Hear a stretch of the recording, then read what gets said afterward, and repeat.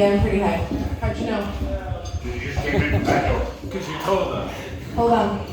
They always make me do this like weird thing with the cord. Do the backflip. Come on. He says, I put a 50-foot cord on it, and now you know why women have trust issues. Oh, well. But I'm here now. Jumping up. You're very well now. Wow. Sorry about that. Oh, I don't think I'll turn it up too. Oh, no. Wherever I want, is it going to go to like... Yeah. Not For good reason. You go places. I would love to go places. Okay, so hi guys, my name's Sabrina Spears. Being that it is open mic, we're gonna deal with some shit tonight. I decided I needed to practice a couple things, so here's my attempts at some 1-minute sets. So I have an issue with patriarchy. I know you can't tell by looking at me, so I'll explain it in a minute, don't worry. But one of the things that I think is the biggest problem is, especially as women of a certain age, we're expected to like continually try to be young and look younger.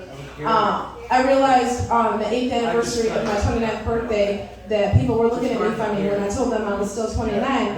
And it was more of a like, 29? Like, you might want to slow down. I'm not sure that's, you're living the right lifestyle for 29, babe. And then I had this epiphany one day. We're going about it all wrong. I think I was turning 36. Somebody asked me how old I was going to be, and I looked at them straight in the face and said, I'm turning 46. And they went, damn, girl, like, you look good for 46. Like, what's your secret? And I said, how much strides. And that's when I realized that is the secret. If you want to look younger, ladies, pad your age, right? I'm telling my girlfriends about this, and one of my friends is like, oh, I couldn't do that because then I'd say I'm 63. And I went, damn, girl, you look good for 63. And she goes, oh, I could do that. I could do that. And that's when I realized there was a new breed of women out there. They call us, we're not a sugar mama, it's more of a Splenda mama. Because there's no substance here, but I'm so sweet, you're going to want me anyways. Thank you for that wonderful response to that 1-minute set. Appreciate you. I did not work hard on it at all. It's okay, I laughed. It's all about me, babe. I'm the one with the microphone. That's what I love about this shit. Anyways, so dating apps. Okay? Dating apps. In Alaska, if you download more than one dating app, you are wasting phone space. Because if you open a dating app and you swipe through and you open a second dating app, you are swiping through the same people. Yes. And I don't like rejection, but I also want to hand out rejection on that level. I'm also glad that I didn't grow up and like go to school in Alaska because I can't imagine paying for a dating service to match me with the guy that chased me at recess in 3rd grade. I feel like that has happened far too often in my friend group. That is a nice feeling. Yeah. I do have to say though, dating in my 40s has got a completely different feel to it. I recently had a booty call and break up with me, and I did not know that was a thing. I felt like I gave you the one good thing in a relationship that I was good at, and you just really did not want that, because your life is crazy. And then I realized that it was an inherently flawed system, right? Because a guy comes to you and he's like, yeah, that sounds great. I don't want like commitment. I don't want to, no strings attached. But then you get in bed and they're like, call me daddy. You like that? Call me daddy. And I'm like, well, I mean, I got daddy issues. You can be temporary just like he was. Oh, yes. All right, now that you've suffered through that, let's do some shit that'll make you laugh. I smoke a lot of weed. In case you didn't notice. I learned back when I was in college a very important lesson. They told us if you drink a lot of coffee and you consume a lot of caffeine while you're studying for a test, make sure you do that when you're taking the test because you have to be in the same frame of mind when you learn something as when you do something. So I just consistently smoke weed, so I don't have to worry about that. One of my girlfriends learned the lesson the hard way. She got home from work, she picked up the kid, and she did not pause like you're supposed to and smoke before. And she gets on the wife chat, and she says, I think someone broke into my house. I can't find the kid's phone.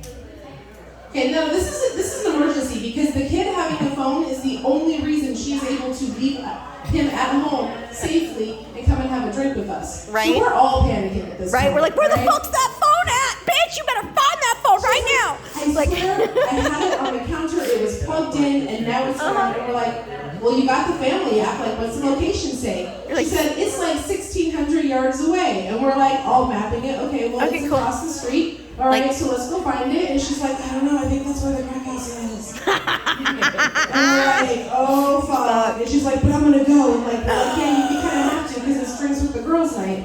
Like, bitch, get your shit together. But also turn your location on. Be and keep careful. the chat open, We love okay? you. Peace 'Cause out. We're smart, you know, like we're needy, but we're smart. So she decides she's gonna go and she's gonna drive and she's gonna find his cell phone. And she gets on the video about 10 minutes later and she was laughing so hard. And we finally can decipher what she was saying. She said she went up to the house and they were the nicest people. It was not a crack house. They recently bought it. It was well remodeled, nicely kept. They agreed to help her look for the phone because maybe a kid ran in, took it, and went to the park down the road. So they're looking in the ditches and the phone pings and it's like a new location. And she's like, oh, it's behind us. Let's turn around. And they walked directly back to the car. Where it was in the back seat. Yes. And I said, I'm just going to go out on a limb here and say you did not pause when you got home from work and smoke before. I think every good stoner knows the moment you panic, you stop and you smoke before, right? That's Yeah. the rule, right? Yes. And she was dumbfounded. I was like, bitch, go smoke and think about it. Oh, shit. So I realized though it's really fun, like hanging out with my friends who are stoners, because we say the most profound things. Like with my girlfriend, she was like, we should go meet up at the school and go for a walk. And I was like, oh, you mean on the track? And she's like, no, they have this really nice flat paved loop out back. And I was like, oh, cool. Is it shaped like a track? Yeah. I was down on the peninsula on one of the rocky beaches in Kenai, and we had smoked. The kids are off playing. We sit down, and we've been rock hunting and finding pieces of jade and looking for all kinds of stuff. And we sit down, and the kids are bringing rocks over there. And my girlfriend looks over, and she's like, oh, "There's another cool rock." And, oh my God, here's another cool rock. They're laying all over the place. Like people just left them around. And I said, on the ground? That's funny, because usually I find rocks when they're falling out of the sky at me. I don't know where people usually find those. I didn't realize, though, that there are certain people, I think, that cannot handle their weed, and I wish that I was those people. I wish I could get as high as some people. Like, have you ever been in a car behind someone in a drive-thru? I have.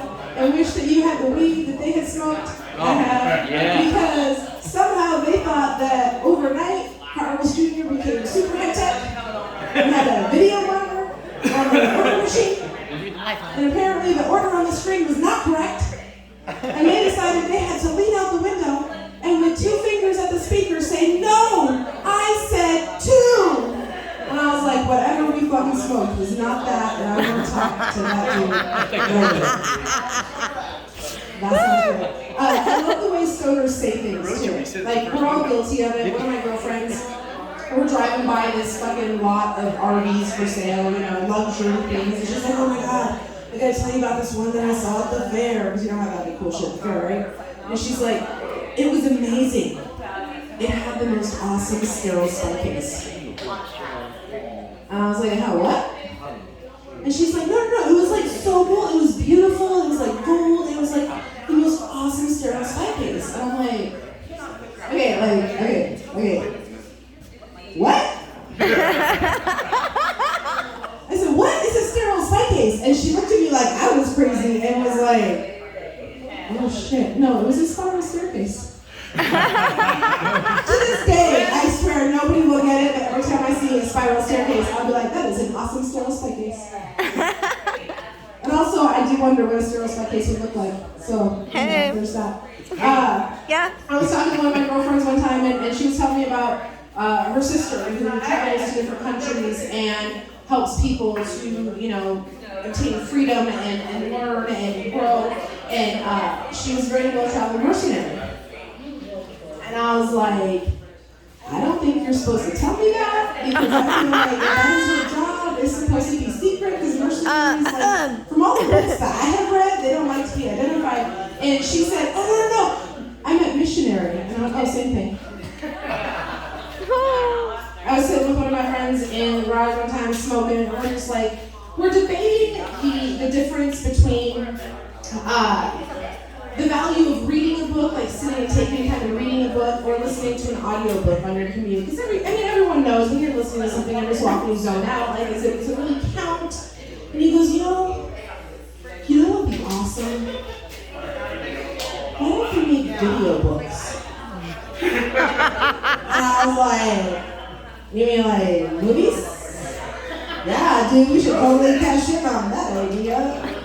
I do believe that you, in order to have any like rational political or religious discussion with your friends, especially politics, you need to make sure that everyone is fucking high, all right? Like, because you don't want people to get mad, and there is going to come a point where everyone is going to find common ground, because one of your Second Amendment friends, which, don't get me wrong, I love guns, but one of them is just going to go off and say, you don't understand, we have the right to arm bears.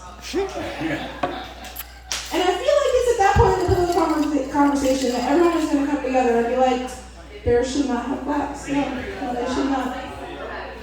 I do believe there are levels of high that you need to have. There's like your daily maintenance high, you know. There's Walmart high. Then there's, I believe, what is the penultimate experience that is called Chess Club Tournament High. Woo! Like if you have raised nerve and your child plays chess all day for 8 hours. At a high school, you learn a few things about yourself. You learn that, number one, as a grown person, an adult, you care a lot more now about smoking weed on school campus than you ever did when you were in school. And also, you did bring a lot of weed with you when you're trying to be happy about a chess tournament. All right, that's what I got for you guys tonight. My name is Sabrina Spears. Thank you so much. Have a good night. Yay!